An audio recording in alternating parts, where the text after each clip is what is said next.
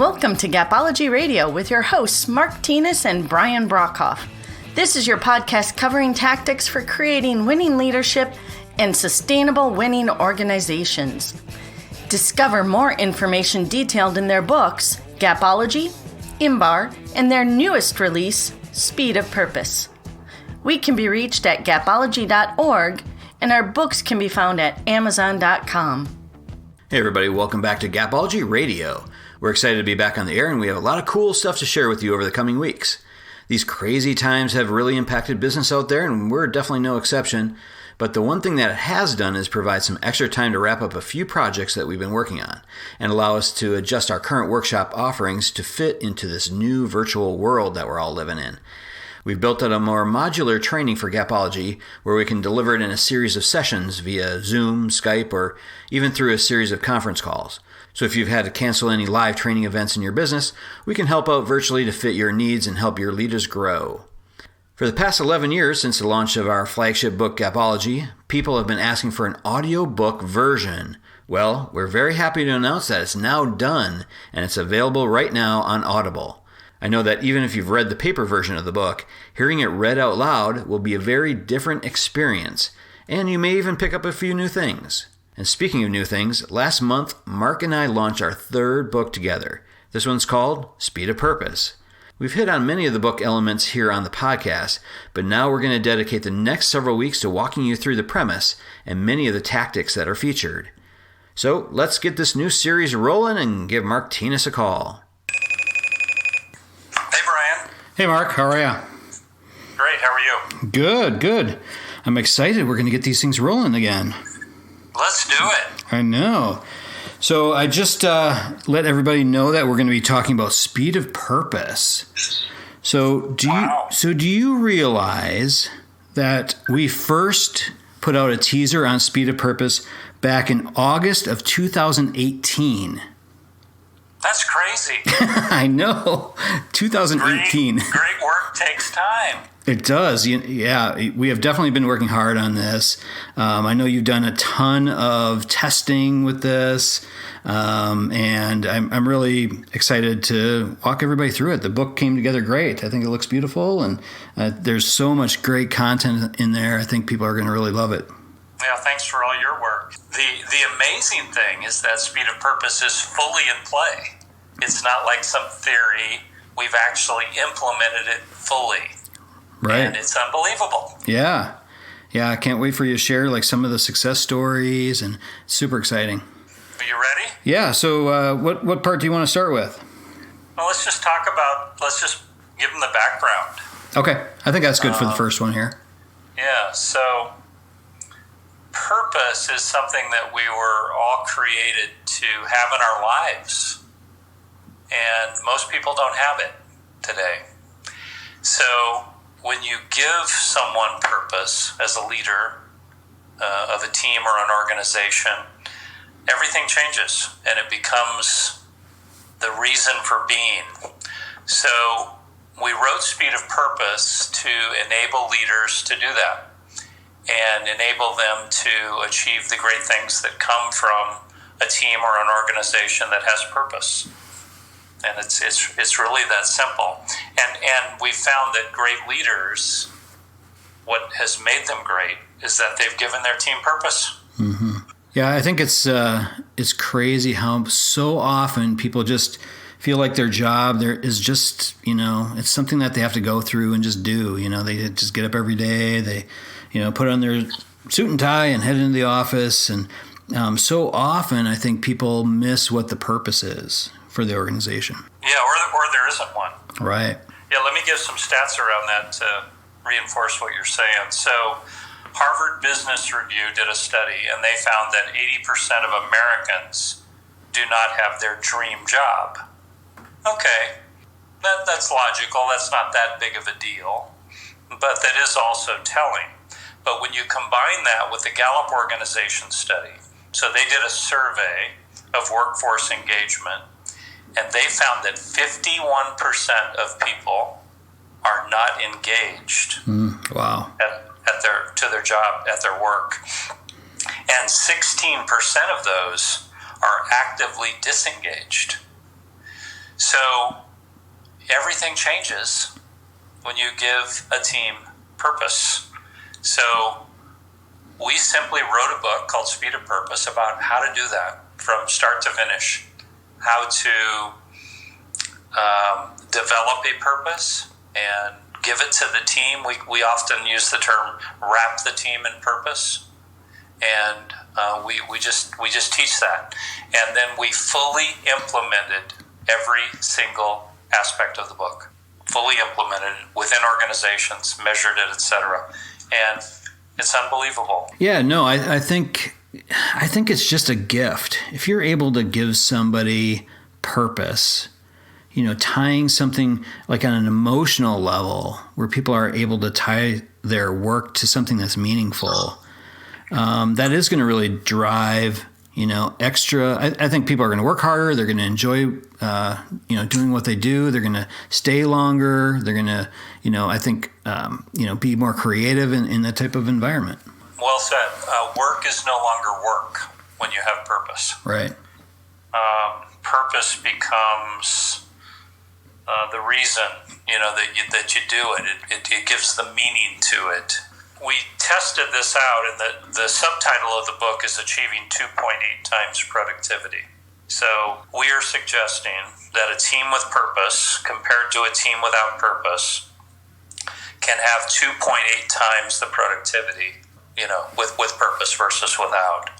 And we've tested that. We believe in that. And it's crazy. Think about your team or your organization.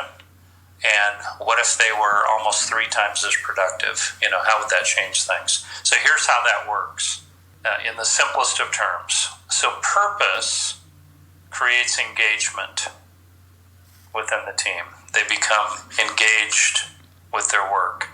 That engagement creates a discretionary effort that wasn't there before. So that discretionary effort, you might say, is going above and beyond, going the extra mile. That in and of itself increases productivity. So if you looked at it from an acronym standpoint, it would be purpose, engagement, productivity. Purpose creates engagement, and then through the discretionary effort creates productivity. And that's where the 2.8 comes from. And we believe in the 2.8 because we've seen examples of where it's 10 times productivity. 10 times. Once you get to the individual level, the variable with purpose is just off the charts, and it cannot be underestimated. So we can't tell you enough that the 2.8 times is real. It's not some pie in the sky number. It's something you can do within your team and organization, and it's achievable. Yeah, so that acronym, that's PEP, that's PEP. That's interesting. PEP. So add a little pep to your team, add some purpose, and you can have up to 10 times productivity. I think that's and a lot of pep. Yeah, I don't even know if we spelled that out in the book. I think that's perfect. If you think about it that way. Yeah, so it's a big deal. Yeah. It's a big deal, and it works.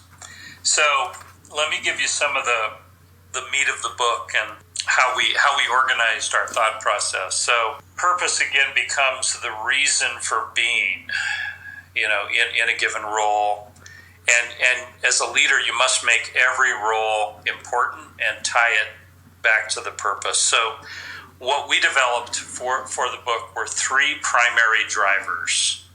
And we're not going to go any further than these 3 things, and we want you to understand these. And the book, again, is split into these 3 sections. So the first is people. We really liked the terminology wrap people in purpose because we could see it visually. Just taking this purpose and wrapping it around everyone. Everyone means every role. So every role in an organization or on a team must be tied to the purpose. Every role matters. Every role is important. Therefore, every person is important. When you achieve that, and you don't have this hierarchy of importance, it's a game changer. So wrap your people in purpose. And that's one of the key segments of the book, and we call that a driver of purpose. You want to add anything on that one, Brian, and then I'll go on to the next. Yeah, I just want to say that your people will begin to feel it once you wrap them in purpose.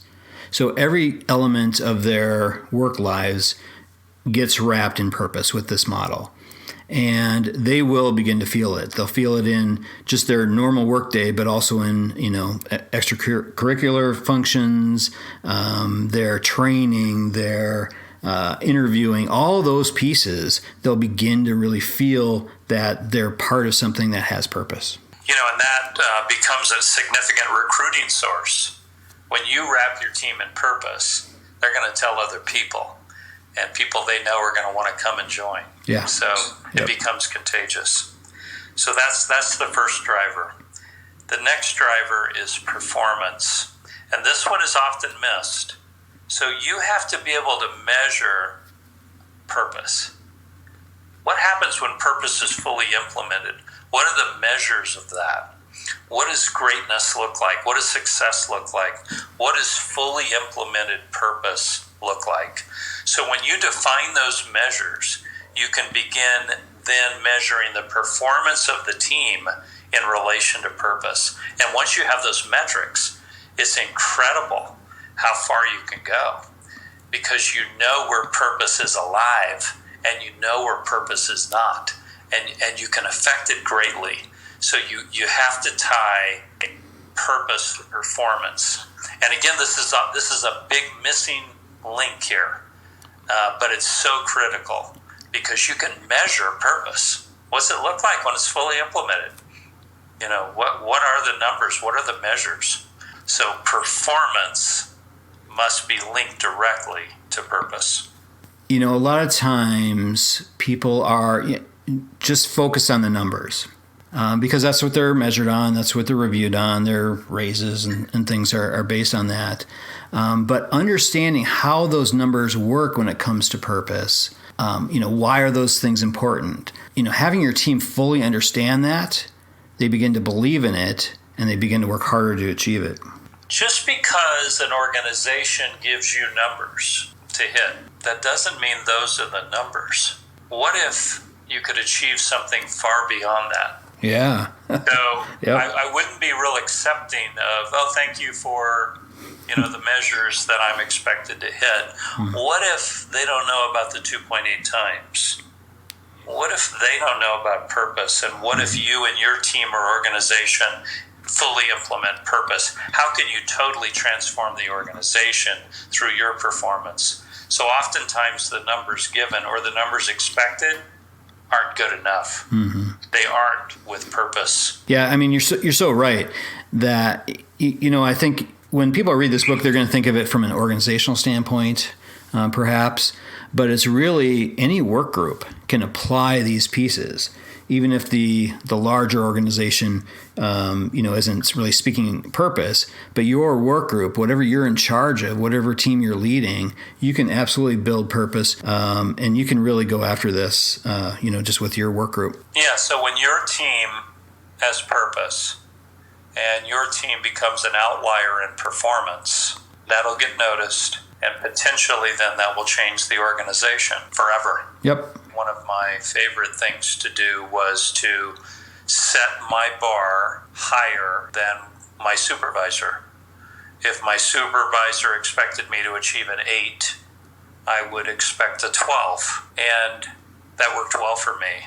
So what we've learned through our work with purpose and fully implementing, I might remind you again, every aspect of this book, we found that industry-leading results are very doable when purpose is the foundation of what you're doing. Yep. All right, so the last driver is process. So it sounds sterile. It sounds like it's not related to purpose, but what if every process had purpose as the foundation?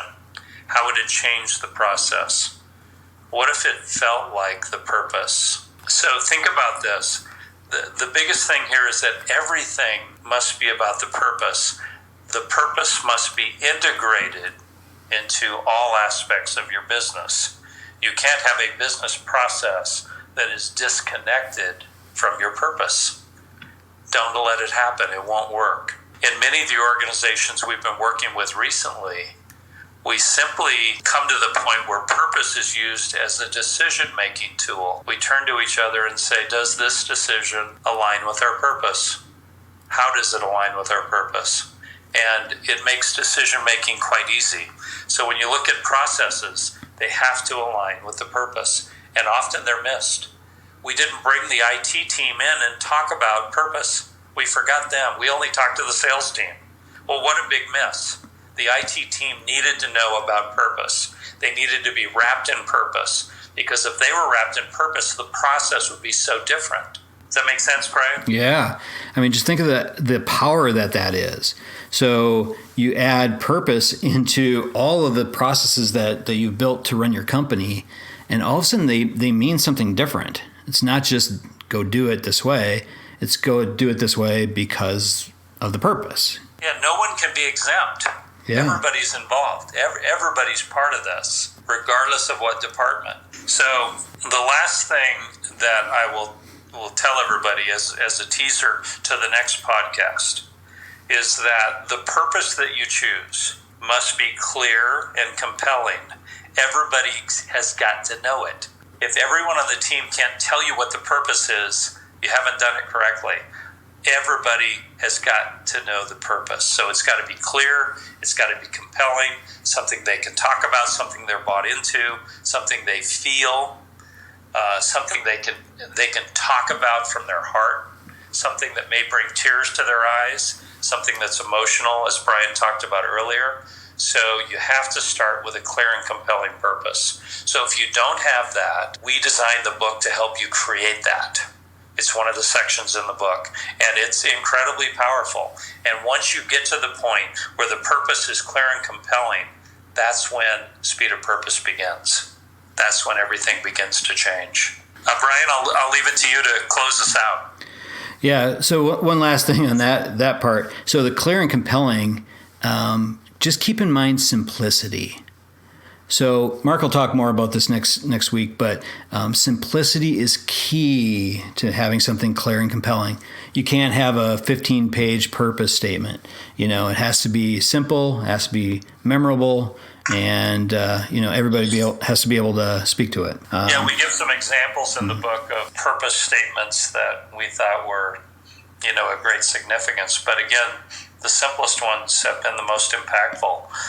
Disney's purpose statement is create happiness, and they've been doing that for 60, 70 years. Yeah. Everybody knows about it, and it's everybody's job, whether you're the janitor or you're Snow White. Your job is to create happiness. Yeah. And it's a big deal. So think about that. Mm-hmm. Is your team or your organization that narrowly focused and, has that level of simplicity? So, right. Well, thank you, Brian. Thanks for reminding me that we're behind the curve here and got to get going. Yeah. We're rolling again now. So, thanks again, Mark. We'll talk to you next week. All right. Thanks, everybody. Okay. Bye. Okay. That'll do it from here. Remember, if you'd like virtual training for your team on Gapology, IMBAR, or Speed of Purpose, let us know. Head on over to our website, gapology.org, for more information. Everyone have a fantastic week. We'll talk to you soon. This has been a Gapology production. Visit us at gapology.org.